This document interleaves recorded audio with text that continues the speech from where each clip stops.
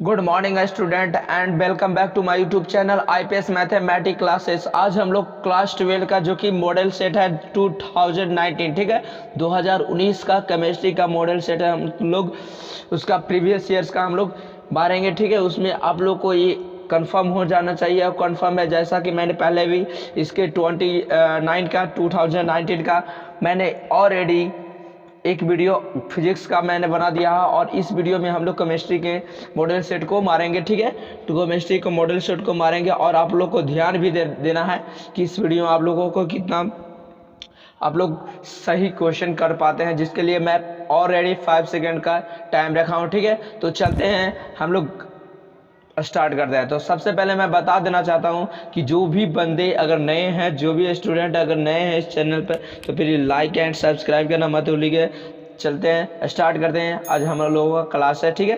तो चलिए, सबसे पहला जो पॉइंट है, सब आप देख रहे होंगे स्क्रीन पे, आपका जो फर्स्ट क्वेश्चन है आप देख रहे होंगे कि कह रहा है कि एक फैराडे विद्युत कितने कूलम्ब के बराबर होता है। देखिए स्टूडेंट, बिल्कुल इजी क्वेश्चन आपके पास सामने रखा हुआ है, ठीक है। बिल्कुल इजी क्वेश्चन आपके सामने रखा हुआ है और कह रहा है क्या कि एक फैराडे विद्युत कितने कूलम्ब के बराबर होता है। तो आपके पास ओनली फॉर 5 सेकंड का टाइम है।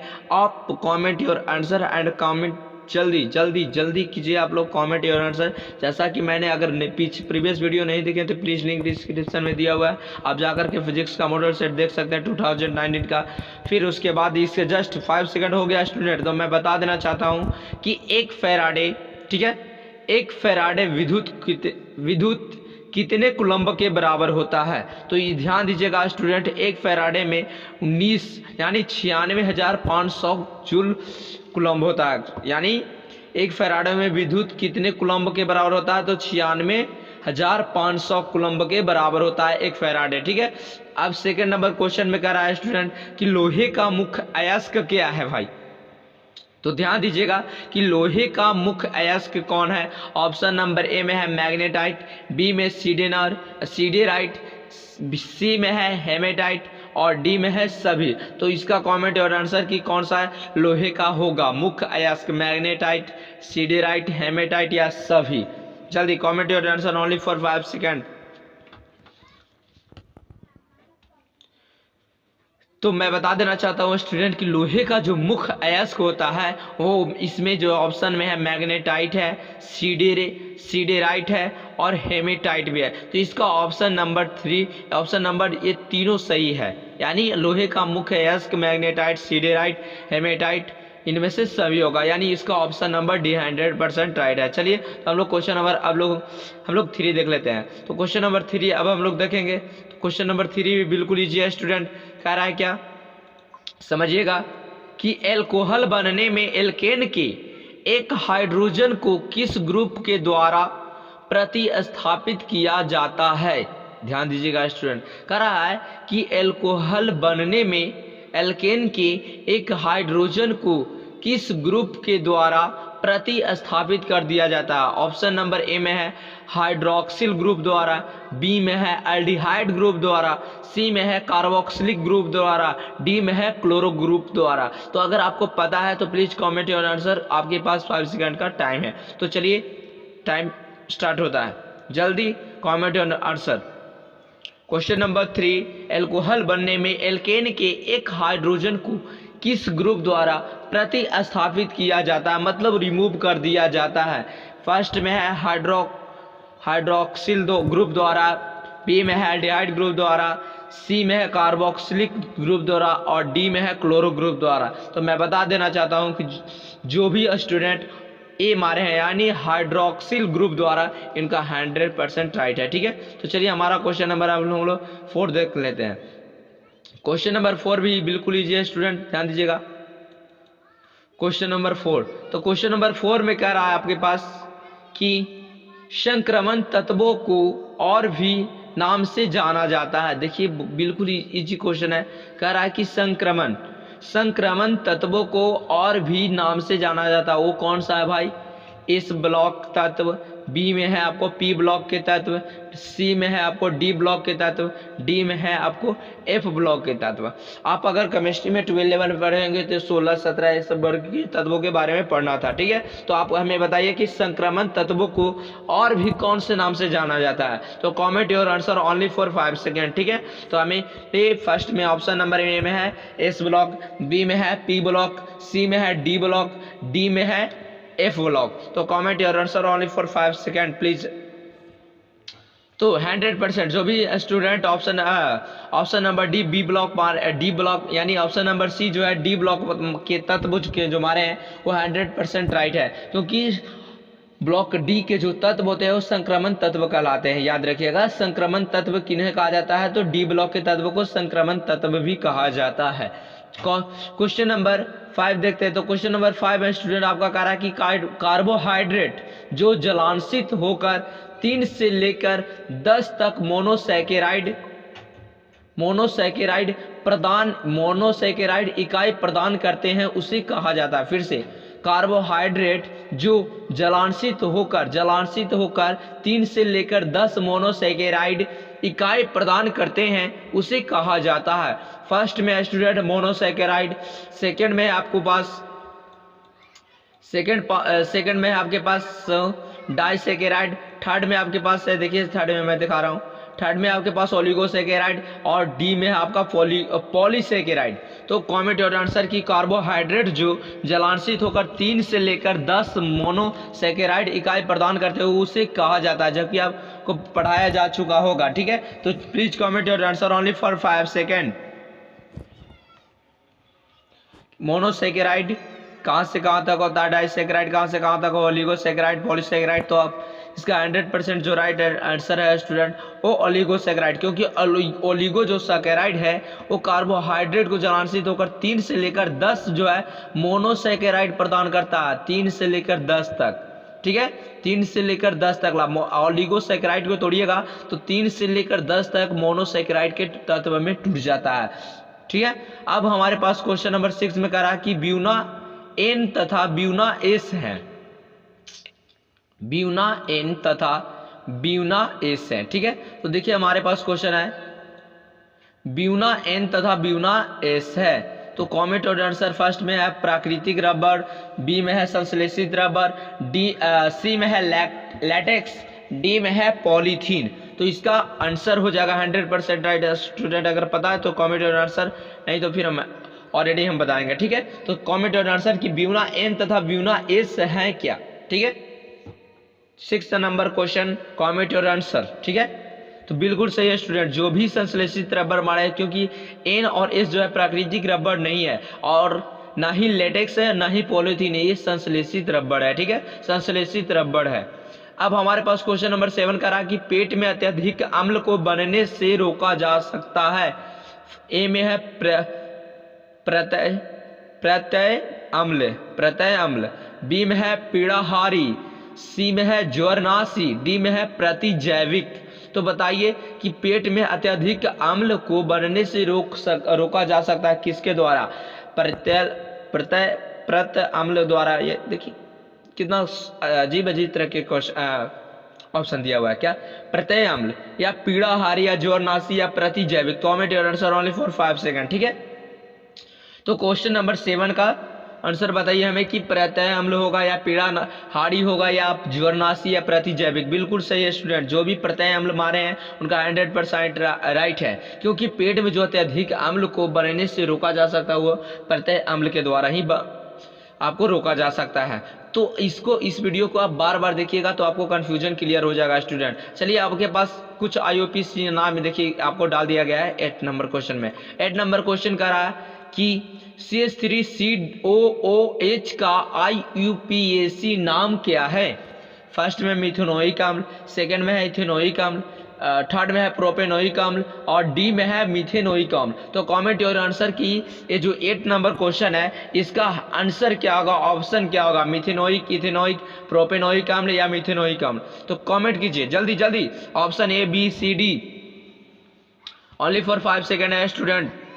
चलिए बिल्कुल सही, जो भी स्टूडेंट ने ऑप्शन नंबर बी मारे हैं उनका 100% राइट है। आप पूछिए कैसे, क्योंकि बिल्कुल ईजी, आप पढ़े होंगे इतने IPSC नाम बचपन में क्लास 11 में भी पढ़े होंगे, क्लास 9 में 10 में भी पढ़ना था कुछ, ठीक है। लेकिन 10 में ज़्यादा लॉन्ग नहीं था, डीपली नहीं था, लेकिन 11 और 12 में डीपली पढ़ना है, ठीक है। तो देखिए आपके पास यहाँ पे 2 कार्बन है, ठीक है, एक यहाँ पे एक यहाँ है, तो मीथेन और इथेन। तो इथेनोइक इसका होता है अल्कोइक, है ना, मिथेनोइक होता है, ठीक है, अल्केनोइक एसिड होता है। तो इसका IUPAC नाम जो एसिड है वो कार्बोक्सिलिक अम्ल हो गया ना, तो यहाँ पे इथेनोइक अम्ल हो जाएगा। चलिए आप बताइए कि सुक्रोज का सूत्र क्या होता है। बिल्कुल इजी स्टूडेंट, फर्स्ट में C12H22O11, बी में है आपको C12H22O11, सी में है C12H24O11, डी में है C12, देखिए ना, C12H22O10। तो कॉमेंट योर आंसर कि सुक्रोज का सूत्र क्या हो सकता है,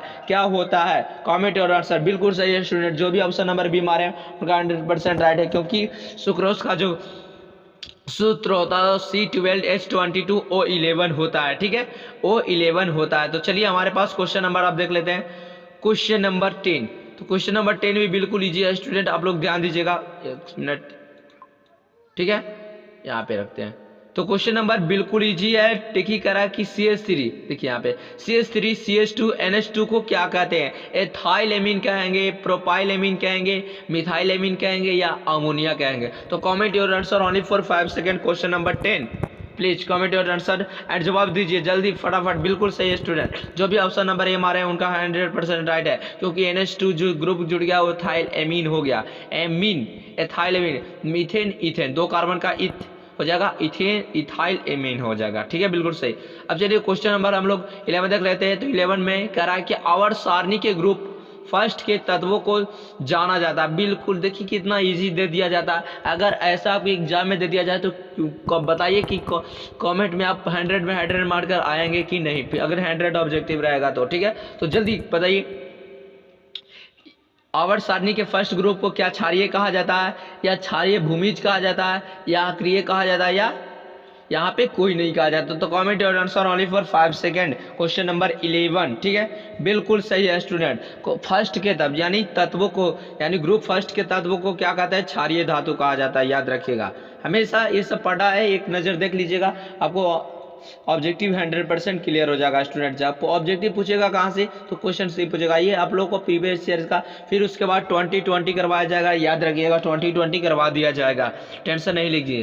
टेंशन 2020 मतलब है 2020 का भी मॉडल सेट मेरे पास टाइम नहीं है, फिर भी मैं कोशिश करता हूँ कि आप लोगों के लिए मैं वीडियो बना कर लाऊँ आप लोग, क्योंकि इस बार जो है बहुत स्टूडेंट का कॉमेंट आया, बहुत स्टूडेंटों ने हमें बताया है कि इस बार हमारा जो एग्ज़ाम की तैयारी नहीं हो पाया 6 महीना लॉकडाउन की वजह से। लेकिन आपको कोई चिंता करने की बात नहीं है स्टूडेंट, आपको यहाँ पे 100% मैं बता देना चाहता हूँ, और आपको जस्ट 11 तारीख से 11 दिसंबर से 11 से 15 दिसंबर तक जो है मेरे चैनल पे A to Z आपको मैथ का वीडियो मिल जाएगा, चाहे वो सेकेंड बुक हो या फर्स्ट बुक हो, ऑल थ्योरी कुछ भी टाइप कीजिए आपको 100% मिल जाएगा, मैं गारंटी लेता हूँ। अगर नहीं मिले तो छोड़िए, ज़्यादा नहीं, चलिए हमारा क्वेश्चन देख लेते हैं। तो क्वेश्चन हमारा 12 है, एक विधि जिसमें किसी धात्विक अयस्क को हवा की अधिकता में उसे गलनांक के नीचे गर्म किया जाता है तो उसे क्या कहते हैं। देखिए एक विधि जिसमें किसी धात्विक अयस्क को हवा की अधिकता में उसके गलनांक के नीचे गर्म किया जाता है तो उसे क्या कहा जाता है। फर्स्ट में बोला गया वर्जन, बी में प्रगलन, सी में निस्तापन, या डी में सभी। तो comment your answer question number 12, ठीक है। तो क्वेश्चन नंबर 12 का आंसर क्या होगा स्टूडेंट, आप कमेंट कीजिए कि यहाँ पे एक विधि है, ठीक है, जिसमें धातु के अयस्क को हवा की अधिकता में उसे गलनांक के नीचे गर्म किया जाता है तो उसे क्या कहते हैं। तो 100% राइट है स्टूडेंट, इसका ऑप्शन नंबर ए 100% राइट है, वर्जन होगा।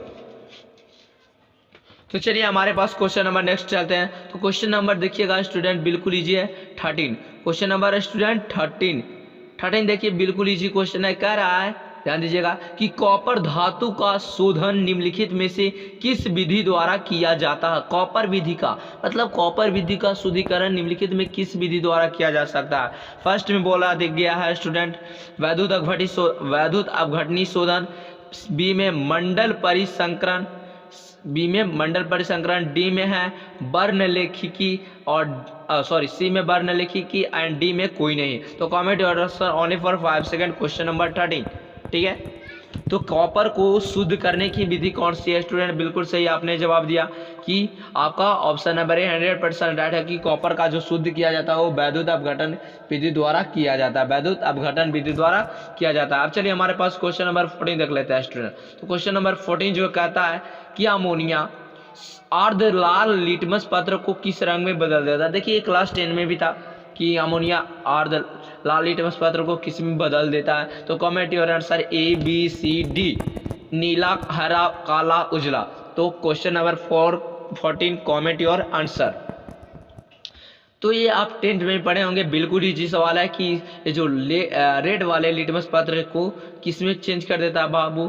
तो ये स्टूडेंट नीले में नीले रंग के में चेंज कर देते हैं, ठीक है।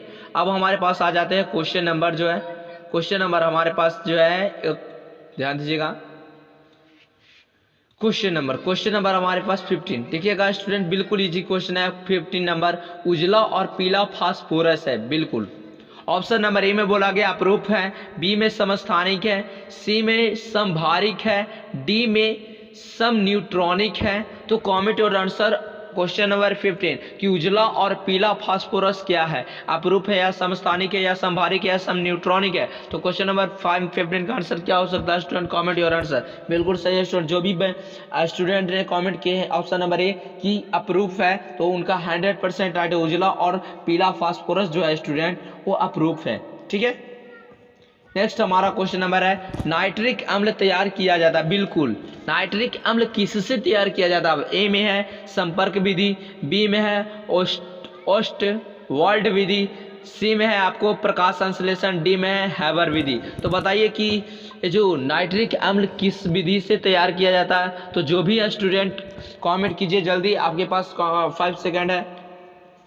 क्वेश्चन नंबर 16 को टाइप कीजिए जल्दी कि बी, क्वेश्चन नंबर 16 में क्या होगा? बी होगा, सी होगा, ए होगा या डी होगा?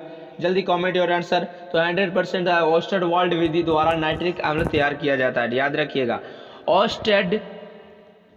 ओस्टवाल्ड विधि बोल सकते हैं, ओस्टेड इसका मेन पॉइंट था, ठीक है। हमारे पास क्वेश्चन नंबर 17 देखिएगा स्टूडेंट, ठीक है। क्वेश्चन नंबर 17 में देखिएगा आपके पास क्या आता है कि नाइट्रिक अम्ल का सूत्र है। देखिए कितना इजी क्वेश्चन दे दिया है। HNO3 H2N2O2, सी में है HNO2, डी में है HNO4। तो comment your answer question number 17। Question number 17 का आंसर बताइए स्टूडेंट कि नाइट्रिक अम्ल का सूत्र क्या होता है? तो बिल्कुल सही है स्टूडेंट, इसमें सोचने वाली बात नहीं है कि नाइट्रिक अम्ल का फॉर्मूला क्या हो सकता है। तो HNO3 होता है स्टूडेंट, याद रखिएगा। अगर जिनको पता नहीं है तो, लेकिन अगर जानते हैं तो प्लीज कमेंट योर आंसर। चलिए हमारे पास क्वेश्चन नंबर 18 देख लेते हैं। क्वेश्चन नंबर 18 में कह रहा है कि K4FeCN के होल 6 में Fe की ऑक्सीकरण संख्या है। Fe मतलब लोहा का ऑक्सीकरण संख्या क्या है? ए में +2, बी में +3, सी में -2, डी में -3। तो बताइए कि लोहे की इसमें ऑक्सीकरण की संख्या क्या होगी? क्वेश्चन नंबर 18 का ऑप्शन बताइए ABCD, ठीक है। तो लोहे की जो इसमें जल्दी 100% बिल्कुल सही। जो भी स्टूडेंट ने ये मारे हैं कि लोहे में +2 होगा, क्यों? क्योंकि यहाँ पे लोहे का ऑक्सीकरण हो रहा है किसके साथ? पोटेशियम और साइनाइड के साथ, ठीक है। तो याद रखिएगा। अब हमारे पास है क्वेश्चन नंबर 19 स्टूडेंट। तो क्वेश्चन नंबर 19 हम लोग देखेंगे, ठीक है, और वो भी बिल्कुल ईजी है, समझिएगा। देखिए क्वेश्चन भारी नहीं होता है स्टूडेंट, बस उसका ऑब्जेक्टिव मेन पॉइंट है समझना। K3FeCN6 एक है, क्या है भाई? आखिर ये है क्या? इसके पहले हम लोगों ने पढ़ा कि इसमें Fe का क्या होता है, Fe का ऑक्सीकरण संख्या क्या होगा। फिर इसके बारे में पूछेगा कि आखिर ये है क्या भाई? तो ए में है द्विकेंद्रक लवण, बी में है उप संयोजक यौगिक, सी में बोला गया है अम्लीय लवण, डी में साधारण लवण। तो कमेंट योर आंसर ABCD। क्या? जल्दी कमेंट योर आंसर 19 का है। बिल्कुल स्टूडेंट, जो भी स्टूडेंट ने हमारे हैं उप संयोजक यौगिक उनका 100% राइट है, क्योंकि यहाँ पे जो है सब एक सहसंयोजक उप सहसंयोजक विधि द्वारा ही यौगिक बन रहे हैं। ठीक है, अब हमारे पास है क्वेश्चन नंबर 20, PCl5 एक है क्या भाई, ए में ऑक्सीकारक, बी में अवकारक, सी में ऑक्सीकारक अवकारक दोनों, डी में कोई नहीं। तो comment your answer question number 20। बिल्कुल 20 बिल्कुल 100% राइट है स्टूडेंट। PCl5 जो है एक ऑक्सीकारक है। ठीक है, PCl5 क्या है, एक ऑक्सीकारक है स्टूडेंट। हमारे पास क्वेश्चन नंबर 21 देख लेते हैं। तो 21 भी बिल्कुल इजी है स्टूडेंट, ध्यान दीजिएगा कि NH3 में N का संकरण है। यहाँ पे छिप गया है, इसको हल्का डाउन करते हैं। ठीक है, कह रहा है कि NH3, ठीक है, NH3 में N का संकरण है, sp3 या sp2 है या sp है या D2sp3 है। तो comment your answer question number 21। ठीक है, क्वेश्चन नंबर 21 का कमेंट योर आंसर कमेंट कीजिए कि क्या होगा, जल्दी स्टूडेंट कमेंट योर आंसर। ठीक है, तो 5 सेकंड पूरा हो चुका है आपके पास। तो जो NH3 में जो है N का संकरण जो है स्टूडेंट याद रखिएगा, अगर पता नहीं है तो कि N है नाइट्रोजन, इसमें जो है sp3 प्रसंकरण द्वारा जुड़ा हुआ है। कौन भाई, तो नाइट्रोजन जो है इसमें 21 नंबर क्वेश्चन में कि नाइट्रोजन जो है 21 नंबर। ठीक है, जो N है वो sp3 प्रसंकरण है। ठीक है, अब हमारे पास क्वेश्चन नंबर आ जाता है 22 स्टूडेंट। कह रहा कि ओलियम में H2SO4 के साथ कौन सा अवयव उपस्थित होगा, कौन सा अवयव जो है उपस्थित है। ओलियम में H2SO4 के साथ और कौन सा अवयव उपस्थित होता है, SO2 या SO3 या H2S या SO4 माइनस। ठीक है, SO4 माइनस। तो ऑप्शन कमेंट कीजिए कि इसका ऑप्शन क्या हो सकता है, ABCD ओलियम, जबकि आपको बता दिया गया स्टूडेंट इसके पहले कि ओलियम क्या होता है। ठीक है, तो याद रखिएगा। तो चलिए आपके पास ओनली फॉर 5 सेकंड है, इसका कमेंट और आंसर कमेंट कीजिए कि ABCD होगा। तो मैं बता देना चाहता हूँ कि ओलियम जो है H2SO4 के साथ SO3 के साथ अवयव उपस्थित रहता है, इसमें एक SO3 नहीं रहा। ठीक है, याद रखिएगा, क्योंकि SO3 इसमें जोड़िएगा तो H2O7 होगा, H2O7 हो जाएगा, याद रखिएगा। और वही जो है स्टूडेंट ओलियम का सूत्र भी होता है। ठीक है, हमारे पास क्वेश्चन नंबर 23 अब देख लेते हैं स्टूडेंट। 23 बिल्कुल ईजी है स्टूडेंट, याद रखिएगा। निम्नलिखित में, ठीक है, निम्नलिखित में से कौन सी गैस जल पर एकत्र नहीं की जा सकती है।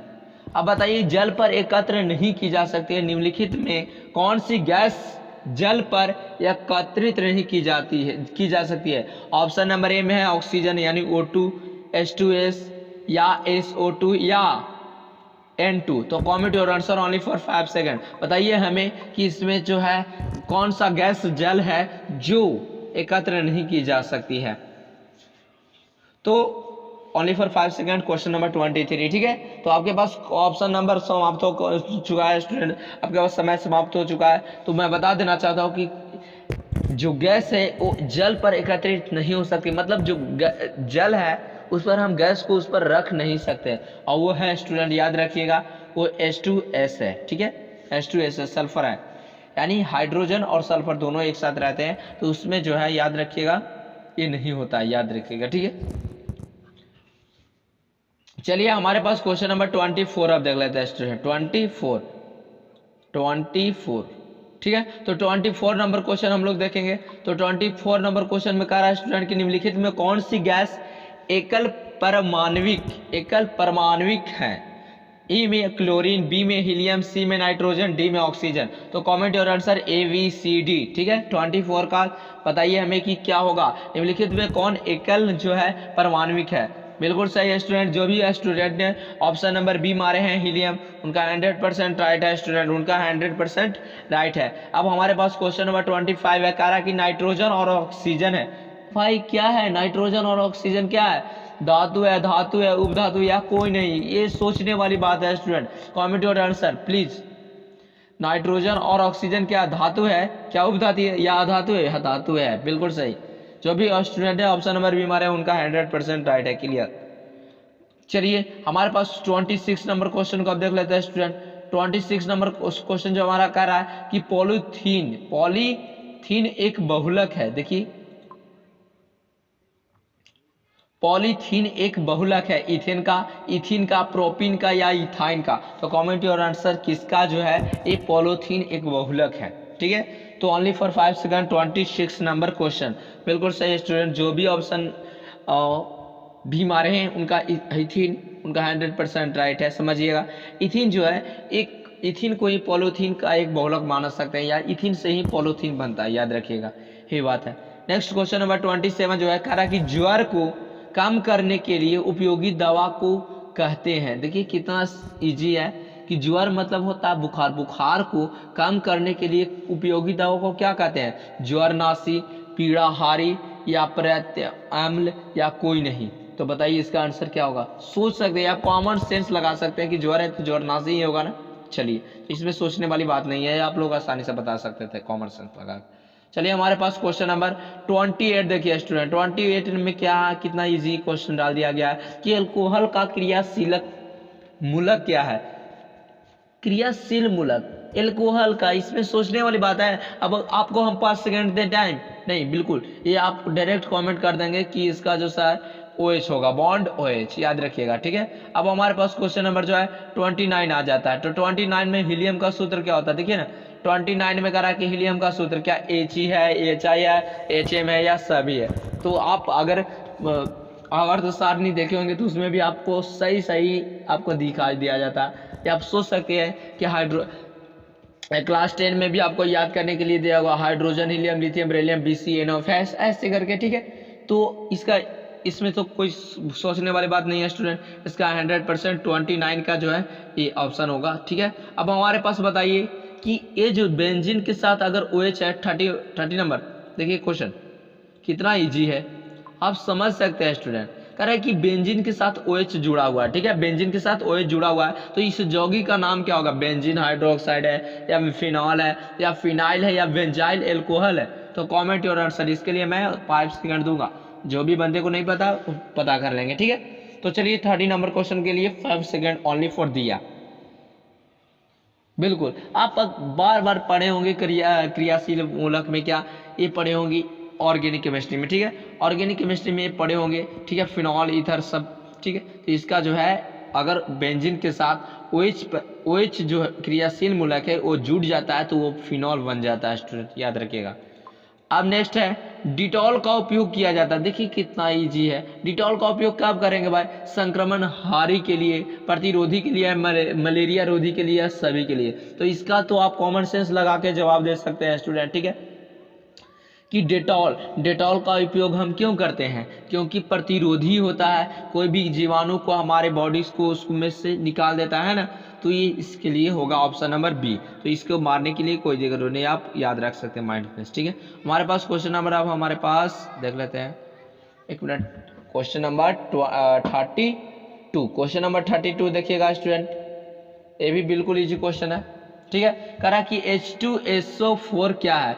ये भी सोचने वाली बात है। द्विभाषमिक अम्ल है, एकल भाषमिक अम्ल है या एकल अम्लीय भस्म है या द्विअम्लीय भस्म है। तो इसका ऑप्शन आप कमेंट कीजिए कि इस H2SO4 एक क्या है? द्विभाषमिक है या एकल भाषमिक या एकल अम्लीय भस्म है या द्विअम्लीय भस्म है। तो बताइए क्या हो सकता है H2SO4?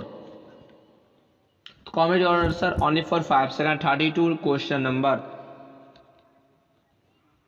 बिल्कुल सही स्टूडेंट। ये जो है H2SO4 जो है अम्ल, ये द्विभाषमिक अम्ल है। ठीक है, ये क्या है? द्विभाषमिक अम्ल है। नेक्स्ट हमारे पास क्वेश्चन नंबर 33 देख लीजिएगा। तो CH4 में सिग्मा बंधनों की संख्या है। सिग्मा बंधनों की संख्या क्या है? 4 3 2 1। Option number comment please. ठीक है, ऑप्शन ABCD कमेंट कीजिए कि 32 का क्या होगा कि CH3 मीथेन में सिग्मा बंधनों की संख्या कितनी होती है। आप सोच सकते हैं, लेकिन मैं कॉमन सेंस चाह रहा हूं। जल्दी इसका ऑप्शन क्या हो सकता है? जल्दी जल्दी जल्दी। बिल्कुल सही है स्टूडेंट। ये सोच सकते हैं कि कार्बन की चारों तरफ से हाइड्रोजन जुड़ा हुआ 4 को, तो इसका सिग्मा बंधन कितना? सिग्मा मतलब सिंगल बंधन और क्या, तो इसमें 4 होते हैं, याद रखिएगा। ठीक है, ये भी एक कॉमन सेंस है, याद रखिएगा। चलिए हमारे पास है 34 एंड 35 नंबर क्वेश्चन। जो कि आज के लिए मोस्ट इंपॉर्टेंट है। ठीक है, कह रहा है कि आवर्त सारणी के द्वितीय, एक मिनट सॉरी, यहाँ पे इसको और डाउन करना पड़ता है, और यहाँ पे देख लीजिएगा कि आवर्त सारणी, ठीक है, आवर्त सारणी के द्वितीय आवर्त में तत्वों की संख्या क्या होती है। देखिए सोच सकते हैं कि आवर्त सारणी के द्वितीय आवर्त में तत्वों की संख्या कितनी होती है, 2 होगा, 8 होगा, 18 होगा, 32 होगा। Comment your answer 34 question number. ठीक है, ABCD प्लीज, कि आवर्त सारणी के द्वितीय आवर्त जो होता है उसमें तत्वों की संख्या कितनी होती है। तो बिल्कुल सही है स्टूडेंट, इसका ऑप्शन नंबर बी 100% राइट है। 8 तत्व होते हैं, याद रखिएगा। अब ये सोच सकते हैं शुद्ध जल का pH मान क्या होता है, 1 होता है या 4 होता है या 3 होता है या 7 होता है। तो इसका 100% तो राइट ये 7 है, क्योंकि शुद्ध जल का जो pH मान होता है स्टूडेंट वो 7 होता है। ठीक है, तो आज के लिए स्टूडेंट इतना ही। और मैं बता देना चाहता हूँ कि जाते जाते कि इसके बाद जो है आपको इंग्लिश का मॉडल सेट 2019 का आपको ऑलरेडी इस वीडियो के नीचे लिंक में डिस्क्रिप्शन दे दिया जाएगा, लिंक डिस्क्रिप्शन में दे दिया जाएगा। और इस चैनल पर नए हैं तो प्लीज़ लाइक एंड शेयर कीजिए, और अपने दोस्तों के पास इसको शेयर करना मत भूलिए, क्योंकि आपके दोस्तों के लिए हेल्पफुल भी हो जाएगा और हमारे लिए व्यूवर भी बढ़ जाएंगे। ठीक है, तो अगर लाइक, सब्सक्राइब, कॉमेंट जितना चाहते हैं आप एग्जाम टाइम के लिए। और मैं बता देना चाहता हूँ कि जब सा कि मैंने बोला कि 11 दिसंबर से 15 दिसंबर तक आपको ऑलरेडी ट्रिक के साथ आपको चाहे LPP ग्राफ हो या लीनियर प्रोग्राम प्रोग्रेशन के हो गया, प्रायिकता हो गया, इंटीग्रेशन हो गया, एप्लीकेशन ऑफ डेरिवेटिव्स हो गया, जो भी आपके पास सब्जेक्ट है, कन्फ्यूजन है, कमेंट कीजिए कि हमें सर इसमें कन्फ्यूजन है, हम आपको स्वस्थ हेल्प करेंगे स्टूडेंट, ये मेरा वादा है आप लोगों से। चलते हैं, तब तक के लिए goodbye and thanks for my video watching. Bye bye and good bye.